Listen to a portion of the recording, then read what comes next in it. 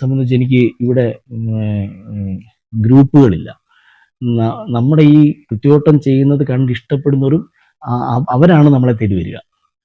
അല്ലാതെ എനിക്കൊരു പ്രത്യേക ഗ്രൂപ്പിനെ ഞാൻ വിട്ടിട്ടില്ല. എനിക്ക് അങ്ങനെ കുത്തിയോട്ടം വേണം, ഇങ്ങനെ കുത്തിയോട്ടം, അങ്ങനെയൊക്കെയാണ്.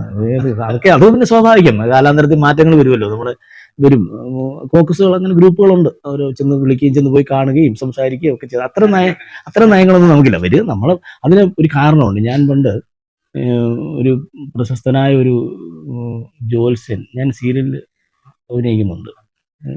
അപ്പോൾ അങ്ങനെ ഇരുന്നപ്പോൾ അവിടെ ഒരു പ്രശസ്തനായ ജ്യോത്സ്യൻ അഭിനയിക്കാൻ പോകും.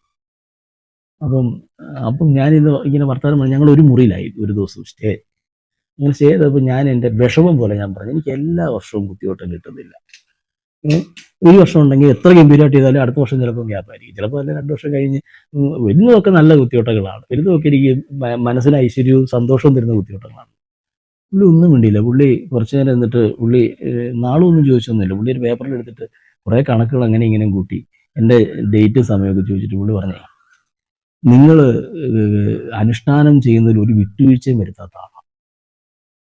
അങ്ങനെ വിട്ടുവീഴ്ച ചെയ്യാതെ നിങ്ങൾ അനുഷ്ഠാനം ചെയ്യുമ്പോൾ, നിങ്ങൾ ശരിക്കും ഡിവോഷനായിട്ട് ചെയ്യുമ്പോൾ, അത് അർഹിക്കുന്ന ഒരാളിന്റെ മണ്ണിൽ മാത്രമേ നിങ്ങൾക്ക് ഇരുന്ന് പാടാൻ യോഗമുള്ളൂ. അതിന് പറ്റാത്തൊരു ഏതെങ്കിലും കാരണവശാൽ ഒഴിഞ്ഞൊഴിഞ്ഞു പോകും. അവർ ചിലപ്പോൾ നിങ്ങളെ വരാമെന്ന് പറഞ്ഞിട്ട് നിങ്ങളെ വിട്ടിട്ട് അവർ വേറെ ഒഴിഞ്ഞു പോകും. കാരണം അവർക്ക് അതിനുള്ള യോഗം ഇല്ലാത്തതുകൊണ്ട്. അതുകൊണ്ട് നിങ്ങൾ അതിന് വിഷമിക്കണം. എനിക്ക് അത് ഭയങ്കരമായിട്ട് ഹോണ്ട് ചെയ്തിട്ടുണ്ട്. അതിനുശേഷമാണ് ഈ സുരേഷ് ഗോപിയൊക്കെ തേടി ഇങ്ങനെ വന്നത് ചെയ്തതൊക്കെ. അപ്പൊ അതെനിക്ക് ഭയങ്കരമായിട്ട്, നമുക്ക് വരാനുള്ളത് വരട്ടെ. നമ്മൾ പാടുന്നത് ഐശ്വര്യമാണ് ഏത് വീട്ടിലും എന്ന് ഒരാൾ പറയുമ്പോൾ അത് ഐശ്വര്യം, അവർക്കൂടെ യോഗം വേണം. എങ്കിൽ മാത്രമേ എനിക്കത് അവിടെ നിന്ന് ചെയ്യാൻ പറ്റൂ. പിന്നെ എല്ലാ വർഷവും കുത്തിയോട്ടം വേണം, ഇല്ലെങ്കിൽ അഭിമാനക്കേടാണ്, അങ്ങനെ ഒന്നും തോന്നാറില്ല. അത് അമ്മ തരുന്ന പോലെ നമ്മൾ ചെയ്യുന്നു.